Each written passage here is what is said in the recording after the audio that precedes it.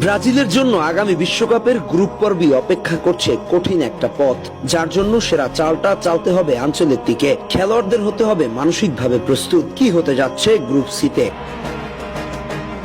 কেমন হলো ব্রাজিলের গ্রুপ সি? এই প্রশ্নের উত্তর দেওয়ার আগে যখন একই গ্রুপের জন্য মরক্কোর নাম উল্লেখ করা হয়, তখনই দেখা যায় ব্রাজিলের বর্তমান কোচ ডন কার্লো আনচেলত্তির মলিন মুখ। মনে হয় মুহূর্তের মধ্যে একটা শকড হয়েছেন আনচেলত্তি, একেবারে মুডটা অফ হয়ে গিয়েছে। এ থেকেই বোঝা যায় গ্রুপ সি এর অবস্থা। চলেন সবকিছু নিয়ে বিস্তারিত আলোচনা করা যাক।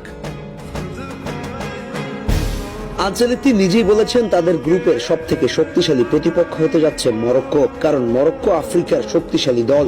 তারা সম্প্রতি বিশ্বকাপে ভালো করেছে এবং এশিয়া ইউরোপিয়ান অনেক শক্তিশালী দলকে চ্যালেঞ্জ দিয়েছে। তাই ব্রাজিলের জন্য তারা হতে যাচ্ছে বড় থ্রেট। দ্বিতীয় দল হচ্ছে স্কটল্যান্ড। দল হিসেবে একটু মাঝামাঝি ধরনের প্রতিপক্ষ। মরক্কোর মতো সেরা না হলেও তাদের ফিজিক্যালি শক্তিশালী এবং ইউরোপীয় ফুটবলের ধারায় খেলোয়াড় রয়েছে। তারা চেষ্টা করবে ব্রাজিল ও মরক্কো উভয়ের বিরুদ্ধে চ্যালেঞ্জ দিতে। ব্রাজিল বর্তমানে যে ফর্ম ক্যারি করছে তাতে মরক্কো এবং স্কটল্যান্ড দুই দলই তাদের জন্য থ্রেট হতে পারে, কেননা ব্রাজিলের পারফরমেন্স ওঠানামার মধ্য দিয়ে যাচ্ছে। এই ভালো তো এই খারাপ, বিশ্বমঞ্চে গিয়ে এই ধরনের পারফরমেন্স দলের উপরে প্রভাব ফেলবে। তৃতীয় দল হিসেবে আছে হাইতি।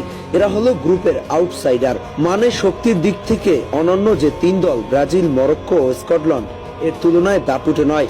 কিছুটা একপাক্ষিক ম্যাচ খেলবে বাকি তিন দল, তবুও বিশ্বমঞ্চে আসলে কিছুই বলা যায় না। কিন্তু তুলনামূলক চিন্তা করলে ব্রাজিলের গ্রুপটা ভালোই শক্তিশালী। তাদের মূল চ্যালেঞ্জ হবে আশরাফ হাকিমির মরক্কোর বিপক্ষে।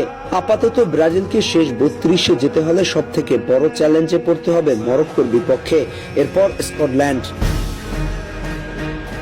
যদি ঠিকঠাক গ্রুপ স্টেজ পার হয়ে রাউন্ড অফ 32-এ চলে যায় ব্রাজিল, তাহলে তাদের সম্ভাব্য প্রতিপক্ষ হতে পারে নেদারল্যান্ডস, জাপান অথবা ইউক্রেন অথবা সুইডেন, পোল্যান্ড, আলবেনিয়া। সম্ভাবনা থাকবে অবশ্যই প্রথম তিন দলের সাথে দেখা হওয়ার। যদি তারা রাউন্ড অফ 32 ঠিকঠাক শেষ করে রাউন্ড অফ 16-তে পৌঁছে যেতে পারে, সেখানে প্রতিপক্ষ হিসেবে দেখা যেতে পারে সেনেগাল, নরওয়ে অথবা ফ্রান্সের সঙ্গে। সেখান থেকে যদি উতরে গিয়ে কোয়ার্টার ফাইনালে চলে যায় ব্রাজিল, সেখানে প্রতিপক্ষ হতে পারে শক্তিশালী ইংল্যান্ড। যদি সেই পরীক্ষায় পাশ করে ব্রাজিল, তবে সেমিফাইনালে প্রতিপক্ষ হিসেবে দেখা যাবে আর্জেন্টিনা কিংবা পর্তুগালের সঙ্গে। মেসি কিংবা রোনালদোর সঙ্গে লড়াইটা জমে যেতে পারে। তবে এসব কিছুর আগে ব্রাজিলকে পাড়ি দিতে হবে বিশাল লম্বা পথ, আর সেটা মোটেই সহজ হবে না ব্রাজিলের জন্য। ব্রাজিলের বর্তমান দলের দিকে তাকালে দেখবেন আসলে কোনো কিছুরই ঠিক নাই। কখনো মিড সমস্যা, কখনো ডিফেন্স কলাপস করছে। সব থেকে ভয়ঙ্কর ব্যাপার হলো ফরওয়ার্ডদের ধারাবাহিকতার অভাব। যারা খেলছেন তারাও আবার করছেন না নিয়মিত গোল। এদিকে নেইমার থাকবেন কিনা তাও এখন অনিশ্চিত। এমন একটা দলের পক্ষে এই ধরনের দলগুলোকে টপকে আসা বিশাল একটা ব্যাপার হয়ে দাঁড়াবে। এখানে আসলে প্রথমে গ্রুপ পর্ব টপকে আসা ব্রাজিলের জন্য বড় চ্যালেঞ্জ হয়ে দাঁড়াতে পারে।